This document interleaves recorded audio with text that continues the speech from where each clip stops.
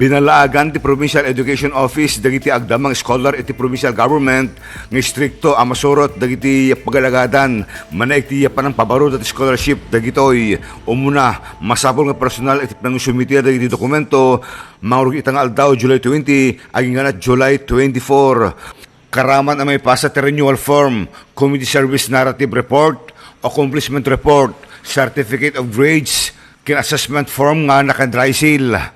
Kuna ni Dr. Delilah Adriatico, ti Provincial Education Office, masapang ipasa ti renewal ng tag-intern, iti nga semester, itinaikid deng epetsa, inbatad na pa, nga dagiti scholar nga daan ti failing grades, kit masapol nga may pakamuda adagos, iti scholarship coordinator.